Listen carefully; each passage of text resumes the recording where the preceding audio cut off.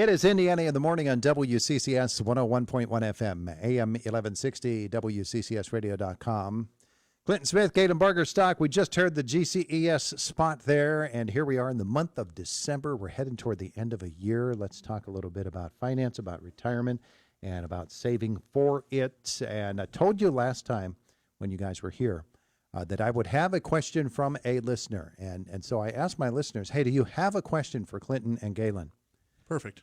And it was interesting. The questions that I got were questions that we've had before that people just can't become convinced of. Okay. And the number one of those is, how do I know I have enough to retire on? Now, I know what your response is going to be, but let's go over it again, because those are genuine concerns that people, it's a worry. Yeah, I would say it's probably the number one question that we get is people want to understand how much money they're going to make when they retire. So the question of, do I have enough money? That's different for every person out there. So it's really hard to explain that answer, right?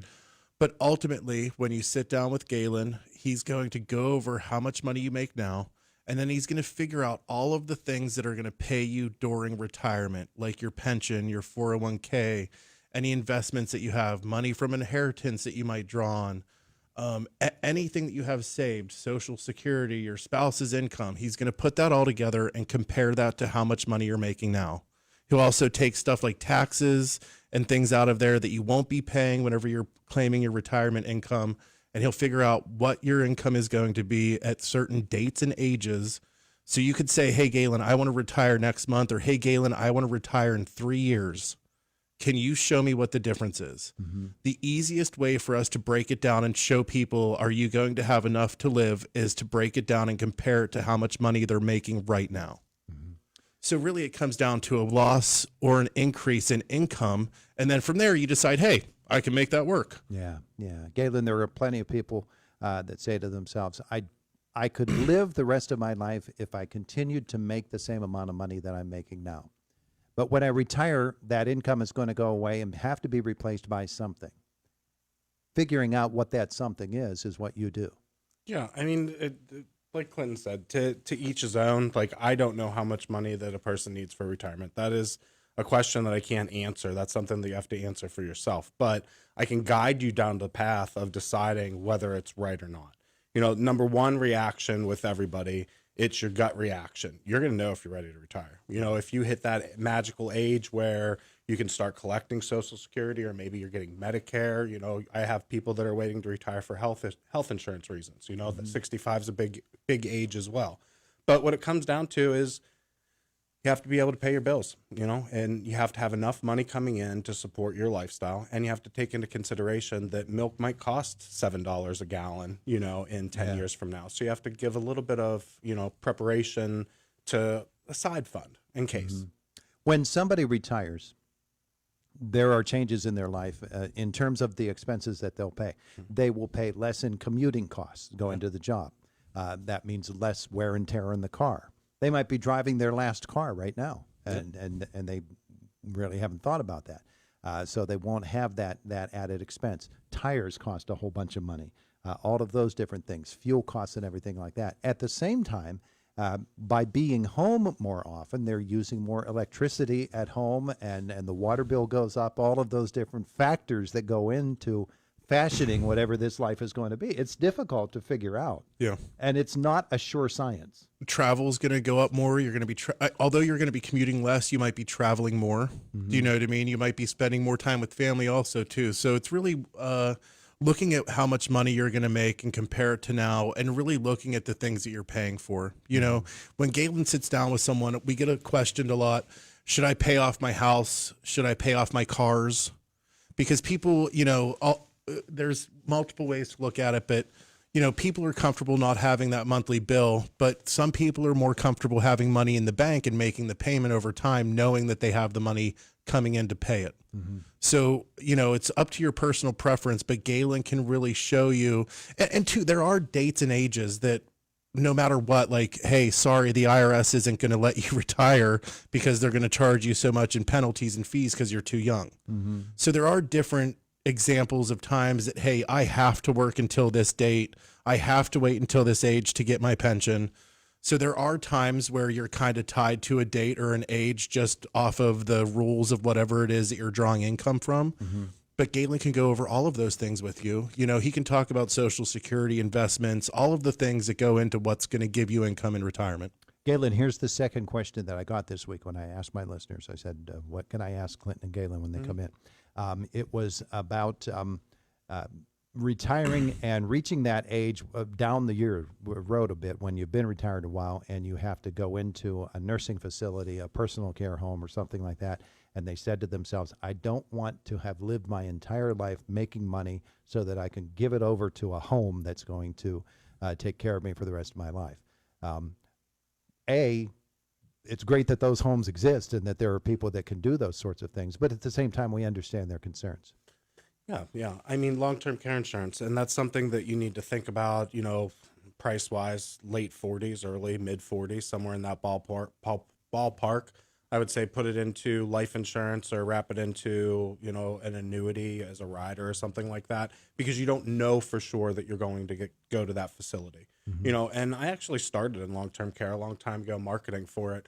You know, I think the average is like 2.75 years is what a person is expected to live at a facility, but they're very expensive facilities to go to. You know, I see everybody's accounts as well. You know, what everybody was brought up to do was to save for that rainy day. And unfortunately, people aren't spending their retirement money. They're holding on to it thinking that they're going to save that for a rainy day. And now all of a sudden, that scenario you got hit with, you just saved all that money and now you're just using that for long-term care and you didn't live along the lines with it. So, you know, with the retirement accounts, I encourage people to take a look at them and have that open conversation about how would that work if I started taking money out on a monthly or annual basis, just to give a little back to yourself. A part of that as well, Clinton, is that we don't know how long we're going to live after retirement. Yeah. You know, everybody has a different health picture. Everybody has a different idea of how in shape they are, or how, you know, we're going to avoid this, we're going to do that, we're going to live a healthier lifestyle, and then they don't. Yeah. Eat less carbs, no pizza, stuff like that. You know, everyone's trying to be healthier, and none of us know.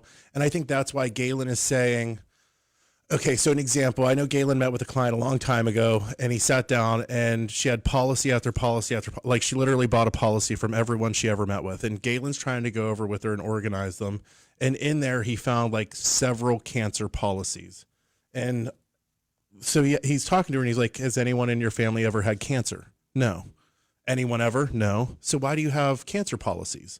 And she didn't know. She didn't care. She didn't even know what she had or what she was paying for. But the long story short is that she's paying all this money for cancer policies that she's never going to claim on.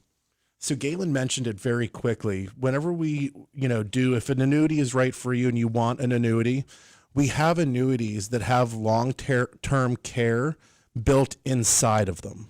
So you can get them as an extra bell or whistle, an add-on to that annuity is what it's called, a rider or an add-on. So you can add that on to your annuity and have long-term care covered inside of your annuity. You're already doing the annuity. It's not going to cost as much as if you would do long-term care on the outside. You can do long-term care on the outside. We can help you set that up. But a lot of times we feel like it's better to use it in another vehicle in different ways, to add it onto life insurance inside of a life insurance policy rather than having a standalone long-term care policy. And we can look at the prices, show you the differences between all of them, but oftentimes it's better to add it into something else. Then you have the coverage if you need it, but you're not paying and wasting money for it at the highest amount that you would be possible doing in its policy on its own. All right. Because you might not need it. Yeah, absolutely. Yeah. This was a question I got that I know we've addressed this before, but address it again, Galen, because this is something that's difficult for people to understand, and that is, especially at this time of the year, there's deadlines for Medicare and things of that nature, and every year we're getting bombarded with messages. You have until December 7th or whatever the date happens to be, when you have to make a decision, or else the world is going to fall apart. And what do I do about Medicare? What should I sign up for? What should I not? All of these different things. And it's a part of the financial picture that people are planning for their retirement, but there's so much confusion out there about it. Yeah, I think the biggest thing to consider when you're talking about Medicare is if you're going to get a standard plan or an Advantage plan, which is the Medicare Part C. Advantage plans, you have to stay in a network. If you don't mind a network, they can be a very great cost-effective vehicle into retirement. You just have to stay in that network. It's not really designed for people that I would say travel a lot, unless you're going with big name brand heavy hitter, or a standard plan. But you can go wherever you want. It's a little bit more expensive. AARPs, I think United was the best price a couple years ago, last time I sold it. But we now have a person that if somebody calls us and has Medicare, I can refer to her name is Jen, and she can help you decide what is correct for your zip code. Also, GCES now has somebody on staff who can help them answer whatever their Medicare questions are. Yeah, it's through foundations. It's not technically me, but it's inside of our network and securities that it's somebody that I trust to help somebody, pick that Medicare plan. Boy, that's a big thing. That's a big deal, isn't it? We can always answer those questions. Galen could have always answered them. It's just a lot of questions. Well, it's not just the questions, answering the questions. That I'm fine with. It's having to test and take these recurring tests for all these different products for lines that I don't really sell. So that's kind of why the health insurance always went to the sidelines, because the financial picture and life insurance is bigger to me. Yeah. Typically in our industry, people that do Medicare only do Medicare. Yeah. That's their thing. It's a big enough handful on itself. We've sold it. It's not, we don't sell it to the point that it makes it even worth it for us to sell it. We can answer all the questions about it, but ultimately you're better off going to someone that knows more about all of the products that are out there, because they change so frequently that we're not on top of it as much as we should be. So we have someone inside of our bubble that we refer everyone to. That's perfect, actually. That's a very good thing. All right, so folks want to learn more about any of these questions or have other questions related to their retirement savings, what they should do as they get to the end of their work life, or even if they're at the beginning of their work life and they can begin planning now, what should they do, Clint? Give us a call, 724-915-0000. It's all zeros. 915. The rest is zeros. I don't know how many I said there, but just give us a call. Our office is right here, right 2 doors down from Renda, 43 South 9th Street. You can also look us up online. There's all of our interviews on here with you. And our website is GCES, like Government Civil Employee Services.us, like United States. You can look us up on there. Check us out, see all our videos, get a copy of our book, stuff like that. Beautiful. All right, guys, thanks so much. Thank you so much, Todd. Thank you. It is the voice of Indiana County. It's WCCS 101.1 FM, AM 1160, and WCCSradio.com. Coming up, a couple of moments away from now, it is Boomer Sports. Then Matt is with us from the WCCS newsroom. It's a Monday, December the 1st. We're on the way to 34 degrees today.